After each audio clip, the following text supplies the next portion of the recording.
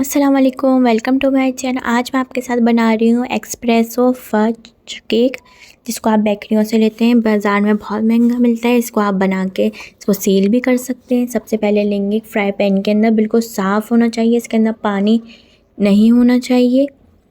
इसके अंदर मैं डालूँगी 2 टेबल स्पून शुगर। उसको लो फ्लेम पे इसी तरीके से ही इसको मेल्ट करना है। अगर आपने इसके अंदर चमचा चला दिया तो ये शुगर मेल्ट नहीं होगी। और बिल्कुल पानी नहीं होना चाहिए। अगर एक ड्रॉप भी पानी आ गया आपके इस पैन के अंदर, शुगर के अंदर, तो ये चीनी इस तरह कैरेमलाइज नहीं होगी। और शुगर डालने के बाद आप इस तरह चमचा भी नहीं चलाएंगे। जब आप देखेंगे इस तरीके से पूरी कैरेमलाइज हो गई और साइड में थोड़ी थोड़ी रह गई, जिस तरह मेरी है, फिर उसको आप मिक्स कर देंगे तो ये फ़ौरन ही मेल्ट हो जाएगी। इस तरीके से इसको हमें मेल्ट करना है। ये बना रही हूँ मैं कैरेमल सिरप, जो ये केक के बैटर के अंदर जाएगा। इसको आप बना के फ्रिज में 1 हफ़्ते के लिए रख सकते हैं। और जब आप पानी डालें, इसके अंदर हम पानी डालेंगे और हाथ में आप ग्लव पहन लें, ताकि ये आपके हाथों पे आए नहीं उड़ के। इस तरीके से पानी डाल के इसको मिक्स करना है। जब आप पानी डालेंगे तो इकट्ठा ये मिक्स हो जाएगा, हार्ड हो जाएगा। और जब आप इसको मिक्स करते रहेंगे तो देखें इस तरह ही लिक्विड पानी की तरह ही हो गया है।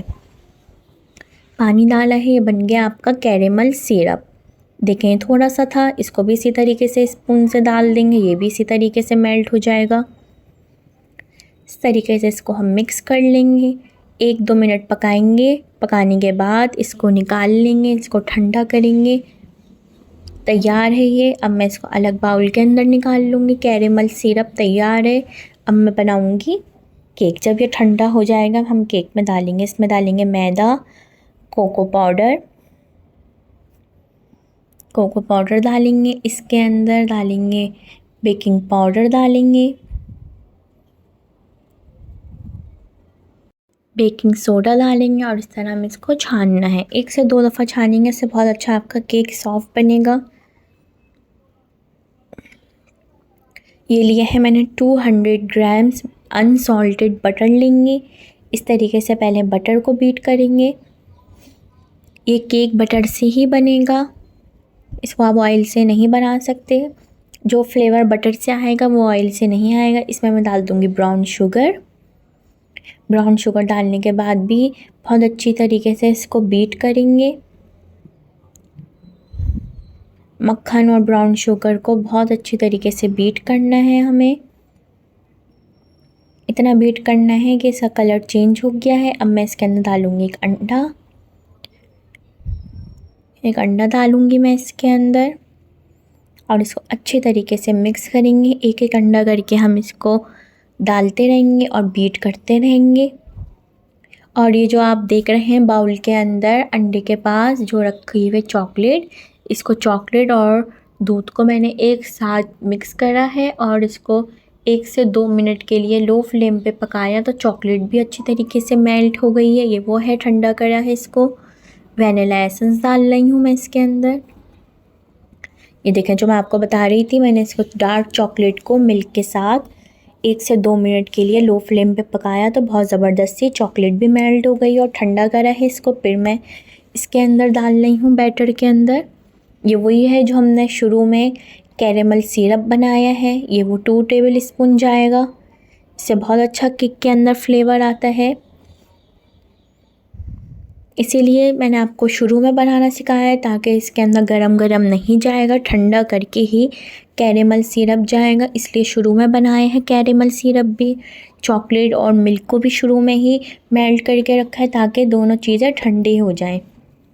और ये मैदा है, मैदा भी शुरू में ही छान के हमें रखना है, ताकि जब केक का हम बैटर बनाएं तो उसी वक्त ही हम मिक्स कर लें। जब भी आप केक बनाएं, कुकीज़ बनाएं, ओवन को पहले से ही प्री हीट कर लें। मैंने 180 डिग्रीज़ पे ओवन को प्री हीट कर लिया है।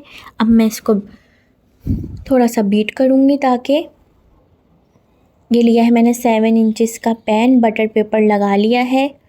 ओवन पहले से प्री हीट है। 180 डिग्रीज़ पे इसको हम बेक करेंगे। 35 से 40 मिनट के लिए बेक करेंगे। आप अपने ओवन के हिसाब से देख सकते हैं। आपके ओवन में जल्दी भी बन सकता है और देर से भी बन सकता है, या आप अपने ओवन के हिसाब से ही बेक करना है। इस तरीके से सेट कर देंगे ताकि एक जैसे ही बेक हो। अब हम बनाएंगे इसकी आइसिंग। इसके लिए ली है क्रीम। क्रीम को लो फ्लेम पे इस तरीके से साइड में जब ये पकने लगे तो इसके अंदर हम डार्क चॉकलेट डाल देंगे। हाई फ्लेम पे आप इस तरह क्रीम को पकाएंगे तो ये चॉकलेट जल जाएगी। लो फ्लेम पे ही इतनी देर इसको गर्म करना है कि इसके साइड में ही बबल्स आ जाएं। फिर इसके अंदर हमने डाल दी है डार्क चॉकलेट। डार्क चॉकलेट डालने के बाद इसको अच्छी तरीके से मिक्स करेंगे। फिर मैंने इसके अंदर डाल दी है कॉफ़ी, इंस्टेंट कॉफ़ी डाल दी है। फ्लेम लो ही है, अभी फ्लेम हाई मीडियम नहीं करेंगे, फ्लेम को लो ही रखना है हमें। फिर इसको अच्छी तरीके से हमने मिक्स कर लिया है। इसके अंदर मैं डाल रही हूँ 1 table spoon unsalted butter. 1 table spoon butter या 1 आउंस बटर डालूँगी। इसको अच्छी तरीके से मिक्स करेंगे। ज़बरदस्त सी आपकी चॉकलेट आइसिंग तैयार हो जाएगी, फ्रॉस्टिंग। इसी से हम केक को डेकोरेट करेंगे, यही केक पे लगाएंगे। अब यह अच्छी तरह मिक्स हो जाएगी तो फ्लेम ऑफ कर दिया है और इसके अंदर मैं डाल रही हूँ icing sugar 2 table spoon. Cake देखें ज़बरदस्त सा बेक हो गया है, ठंडा हो गया है। बिल्कुल ठंडा करना है, फिर हम इसको ओवरटर्न करेंगे। इस तरीके से बटर पेपर भी हटा लेंगे।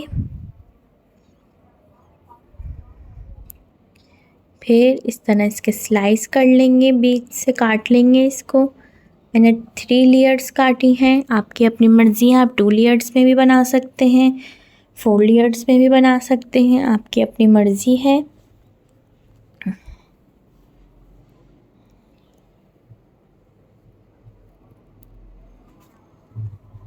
इसी तरीके से हम लेयर्स काट लेंगे।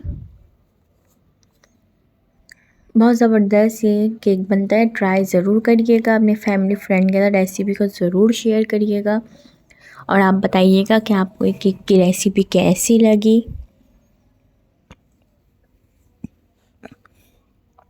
इस तरीके से अलग रख देंगे।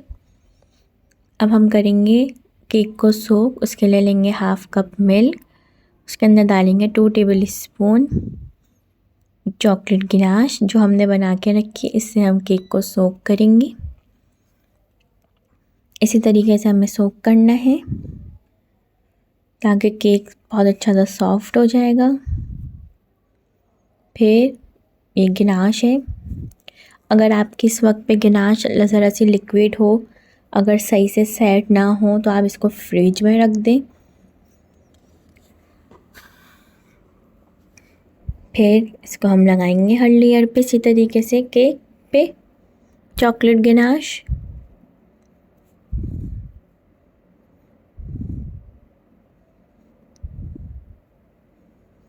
फर्स्ट लेयर पे भी लगाएंगे, इसी तरह सेकंड लेयर को फिर दोबारा से सोक करेंगे, उस पे लगाएंगे, थर्ड से कवर करेंगे पूरी गिनाश से।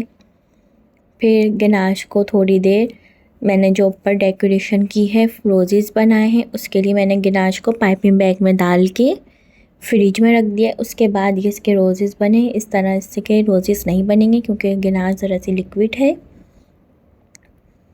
इसे दोबारा से सोक करेंगे केक को, फिर चॉकलेट गिनाश डाल देंगे।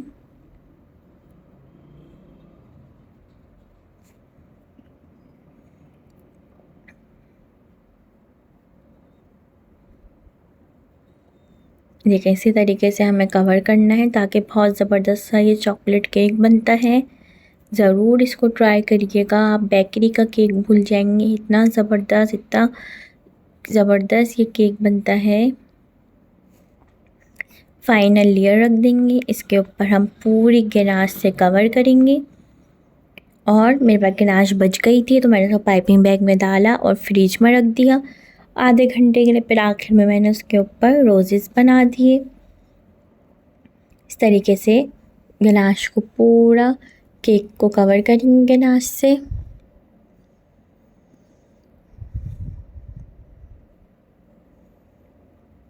देखें पूरा केक कवर कर रही हूँ मैं ये। और आपका जो केक आइसिंग लगाते हुए प्लेट ख़राब हो जाए इसको ज़रूर साफ़ करें।